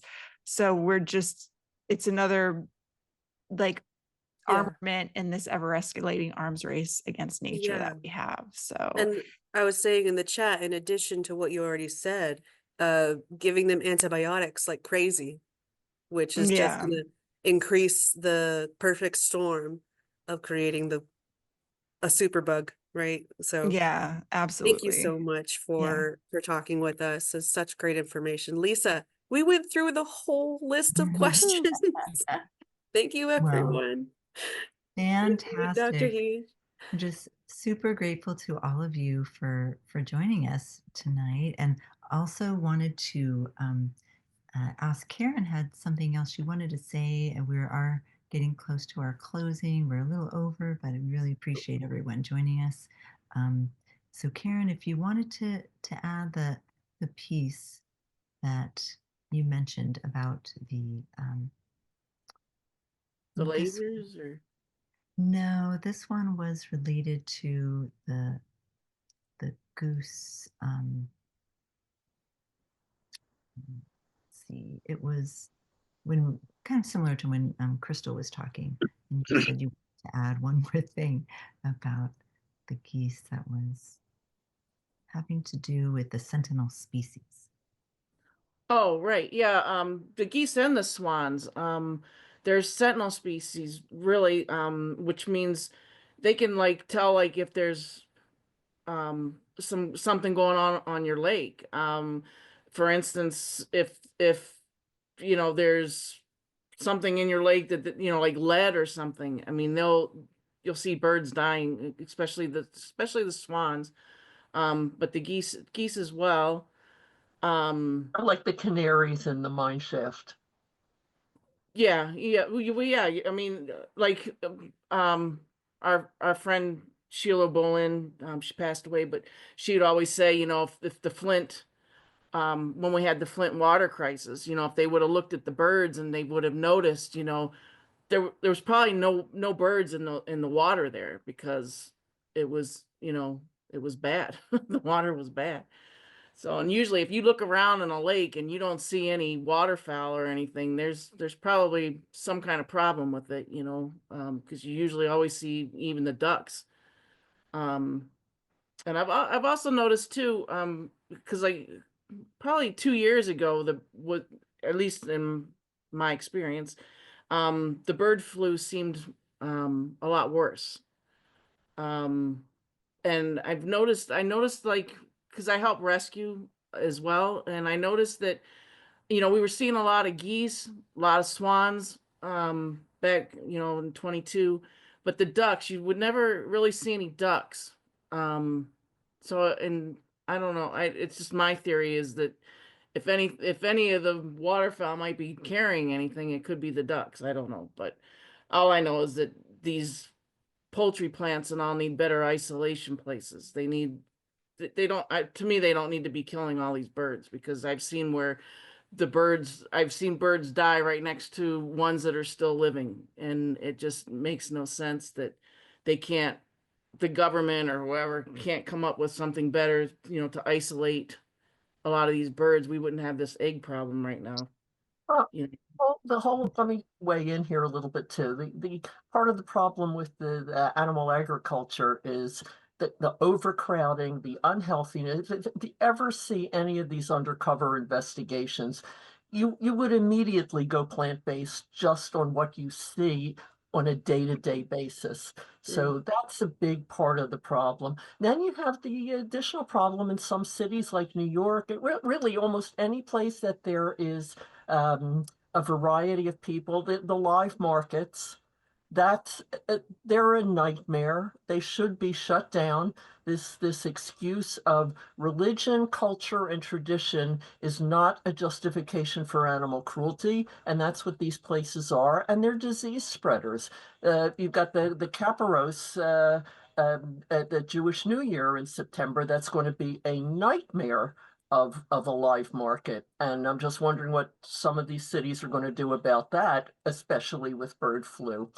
But that's another area to be concerned with. The other thing I just wanted to mention was with people in communities where somebody's rounding up their geese and whatever.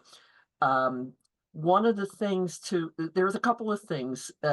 Number one, go to your town council meetings. When people don't show up, nothing gets done. We can provide information and a lot of help, but you guys are the boots on the ground. It's the community that will actually make the difference. We had one town, Bloomberg, Pennsylvania, one girl mobilized her entire town. They were going to kill the geese. There were very violent meetings with the mayor and the town council, and she shut it down. So it can be done. And the other thing is, when you go to these meetings, go prepared. And also, these people who are doing the killing need to realize when they say, well, we've tried everything. They've tried everything one at a time. That's never going to work. You have to cobble together several methods at once. Nature wasn't meant to be gotten rid of that easily. So if you're only doing one thing at a time, you're not going to have any success. But if you put several methods together, you get flight turf, you do something with the water, you try some of the other bird deterrents, you put at least a minimum of 3 methodologies together, you're going to have a better success rate. So that's something Thank to you keep in so mind. much, Arlene. Thank you very much. So I'd like to take this opportunity just to invite our panelists and others to join. I'll try to add spotlights real quick so we can do a little bit of a group farewell. So if you do have your video, if you can add that, if not, that's okay. And this will just be a nice opportunity to thank everyone. And I just want to take a moment, and I know we've been together a while, and wanted to thank everybody for joining us. And it's been a true pleasure to hear from all these experts, and to also have the people representing the different products to join us, and want to take a moment to thank all of you for this marathon goose mitigation webinar. And we will continue to do these. If you're interested in having one of these for your community, please do let us know. You can reach out to us at stopgooseabuse.org. And we are the National Goose Protection Coalition, along with all of our wonderful speakers and advocates And thanks to all of you for joining us. Please do use the resource document. It is there for all of you. We will continue to add to it so you can contact all the speakers and you can continue to advocate for geese going forward. So thank you all so much. Have a wonderful evening, everyone. Thank you. Thank you. Thanks, Lisa. Thanks, Happy honks. everybody. Happy honks. Thank you. Great job. Great job.